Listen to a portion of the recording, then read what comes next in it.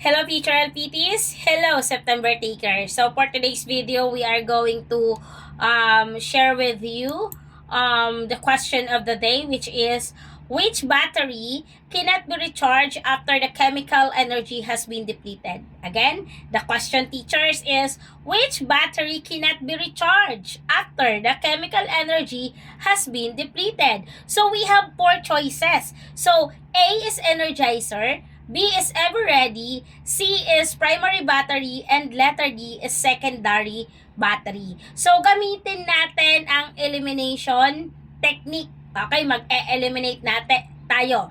Okay, so, ulitin natin yung question. Which battery cannot be recharged after chemical energy has been depleted? Okay, letter A is energizer, letter B is ever ready, letter C is primary battery, and letter D is secondary battery. So, ayan teachers, ano ba sa apat na choices ang unang tatanggalin natin? Okay, ang unang tanggalin natin is ever ready. Ano ba si ever ready? Ever ready, it is a type or it is a brand of the batteries. Again, ano nga po si ever ready?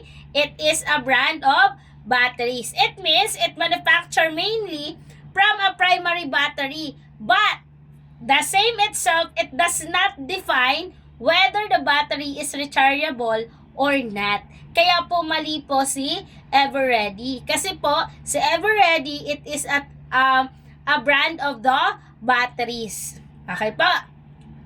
Next na tatanggalin natin is the word energizer. Ano nga po ulit? Sa letter A. Energizer. Again, same with Everready, it is a brand of batteries. Okay, ano nga po sa energizer? It is a brand of batteries. This brand po produce both primary and secondary. Okay, ano nga po sa energizer? It is a brand of batteries. This brand produce both primary battery and secondary batteries. Okay, so that's why letter A is wrong answer. So we have two choices. Ano ba ang non-rechargeable dito? Pagkatapos pong gamitin as a chemical energy has been depleted. Okay, is it C kaya primary battery or is it secondary battery? So teachers, pag sinabi nating secondary battery is rechargeable battery. Ano nga po si secondary battery? Rechargeable. Okay po, rechargeable. Ibig sabihin, si secondary battery, it can be used for multiple times because it is a chemical reaction is reversible. Example dito, yung mga lead acid batteries and yung mga lithium ion batteries. So yan, pwede po yan na i-recharge. Kaya po sa secondary battery, it is a rechargeable battery. Since the question ng tinatanong is the battery cannot be recharged after the chemical energy has been depleted. Cannot. May nabasa kayong cannot doon. So the answer here is primary battery. Ano nga po, bakit si letter C ang tamang sagot? Charlie is the correct answer, which is the primary battery. Ang primary battery po, teachers, it is designed for a single use only. For example, yung mga ginagamit natin sa microphone na AA, AAA, yun. Pagkatapos gamitin natin yan, di na pwedeng i-recharge yan. Well, hindi na pwedeng mag-function. Okay, primary battery is designed for a single use only.